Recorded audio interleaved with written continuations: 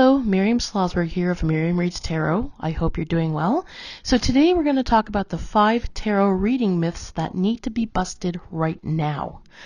Are you interested in doing tarot readings, but you're hesitant because you have heard there are so many rules that you must abide by before and when you read your cards?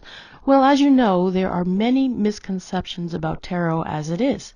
However, I won't get into all of the myths today when it comes to tarot in general. What I plan to focus on right now are the myths that surround what you need to do in order to do a tarot reading.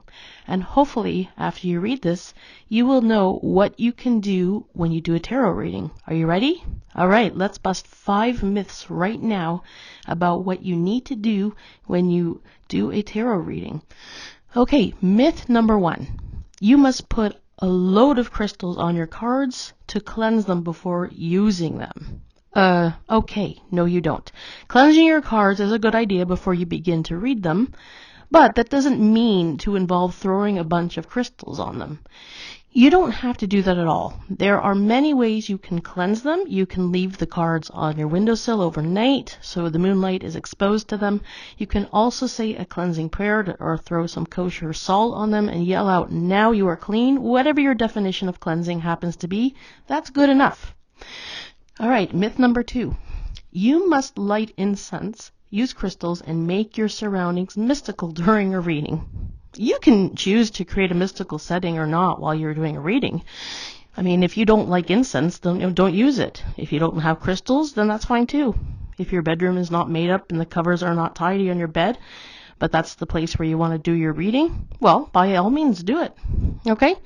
It's a good idea to have some crystals to sharpen intuition, such as the quartz crystal, aquamarine, amethyst, or celestine. It's also a good idea to have crystals to protect you from any negativity, such as the jasper, obsidian, and the tourmaline.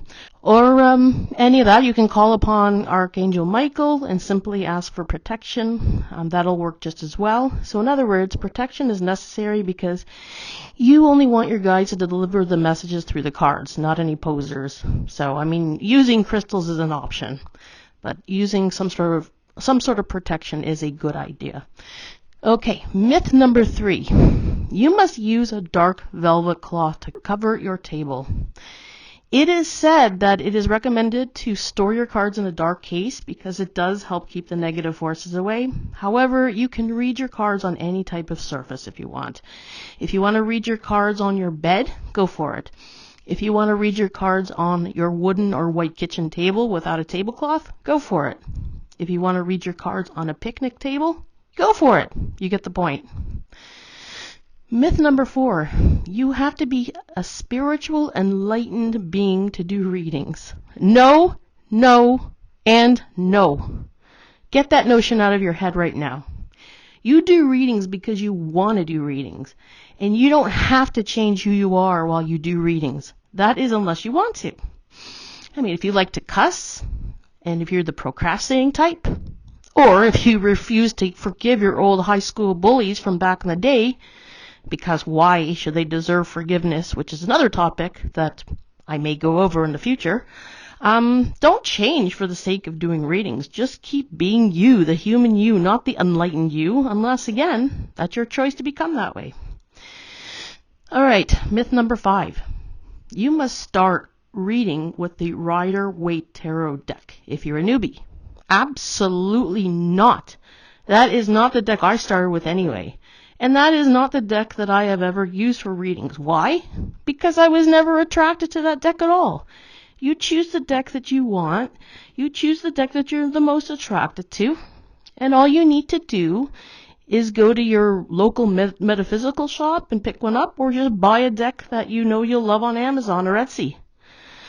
The only reason that many tarot teachers recommend the Rider-Waite Tarot deck to start reading is that it's a teaching deck. On the same token, you don't want to pick up a deck that's too difficult to use either if you're a newbie.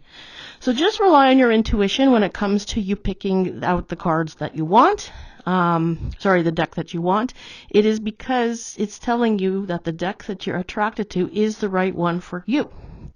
So, I have busted these tarot reading myths for you. And you have no reason to delay doing tarot readings because there really are no set rules when it comes to reading the tarot. Just recommendations that you can choose to utilize or not. All right. Well, it was a pleasure. And be sure to subscribe to Miriam Reads Tarot. And I will see you very, very soon.